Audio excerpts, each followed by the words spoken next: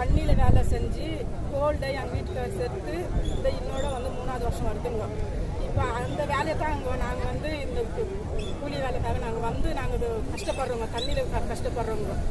எல்லாத்துக்காகவே எங்களுக்கு ரொம்ப கஷ்டம் ஆகுதுங்க. அதனால மேனேஜ்மெண்ட்டு எங்களுக்கு ஒரு உதவியை எங்களுக்கு பண்ணணும்னு நாங்கள் ஆசையோடு நாங்கள் கேட்டுக்கொள்ளுக்கிறோம்.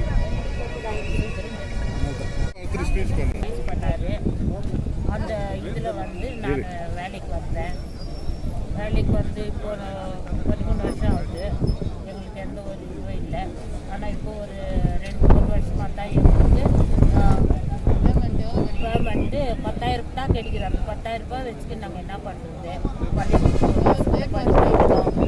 படிப்பு வைக்கணும், வீட்டு வாடகை கட்டின்னு இருக்கிறேன், கரண்ட்டு பில் கட்டணும், பிள்ளைங்களை பார்க்கணும், வீட்டு சாப்பாட்டுக்கு பார்க்கணும். எந்த ஒரு இதுக்கும் எங்களுக்கு இந்த காசு பத்தாது. அதனால் நாங்கள் ஸ்ட்ரைக் பண்ணியிருக்கிறோம் சார். எங்களுக்கு ஒன்றுமே ₹1 இல்லைன்னா அந்த மனுஷன் அப்படியே இடி இந்த மாதிரி வீட்டில் உக்காடுறாரு சார். ₹1 இல்லைன்னு நாளைக்கு வேலை விட்டுட்டு நின்றுடுறேன்னா இன்னைக்கு 1 மாதத்துக்கு முன்ன எங்கன்னா வேலை போய் தேடுறாரு. ஏன்னா நான் ரிட்டையர்ட் ஆயிடுறேன், வீட்டில் எப்படி நான் சம்சாரம் நடத்துறதுன்னு சொல்லிட்டு. எப்படி சார் இதெல்லாம் ஒரு மேனேஜ்மெண்ட் பண்ணுறதா சார்? இதெல்லாம் சொல்லுங்கள். நீங்கள் எங்களை கேள்வி கேட்கணும்னு நீங்கள் இருந்தீங்க, நாங்கள் சொன்னோம். எங்களை மேலே எதனா தப்பாக நாங்கள் எதனா மேனேஜ்மெண்ட்டை கேட்டிருந்தா எங்களுக்கு பனிஷ்மெண்ட் கொடுங்க, நாங்கள் ஈஸியாக எடுத்துக்கிறோம். இன்னைக்கு 5 வருஷம் சர்வீஸ் முடிச்சுட்டு நாங்கள் போகிறோம். போன மாதம் கூட சார் எங்கள் கேன்டீன்லேருந்து 4 பேர் ரிட்டையர்ட் ஆனாங்க. எங்களை என்ன சொல்கிறாங்க தெரியுமா? சப்கான்ட்ராக்டாக உள்ள வேலைக்கு எங்களை கொடுங்க, நாங்கள் செய்கிறோம். எங்களை ₹1 இல்லாத நான் விளைக்கிறேன். இன்னைக்கு எங்கள் பொண்டாட்டி பிள்ளைய காப்பாற்ற முடியலன்னு எனக்கு ஃபோன் பண்ணுறாங்க சார் கேன்டீனுக்கு.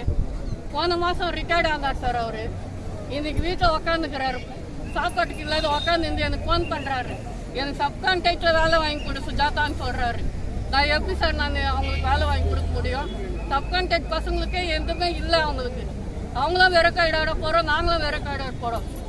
யாருக்குமே எல்லாருமே ஈக்குவலாக தான் இருக்கிறோம். நாங்கள் எங்களுக்குன்ட்டு எதுவுமே இல்லை.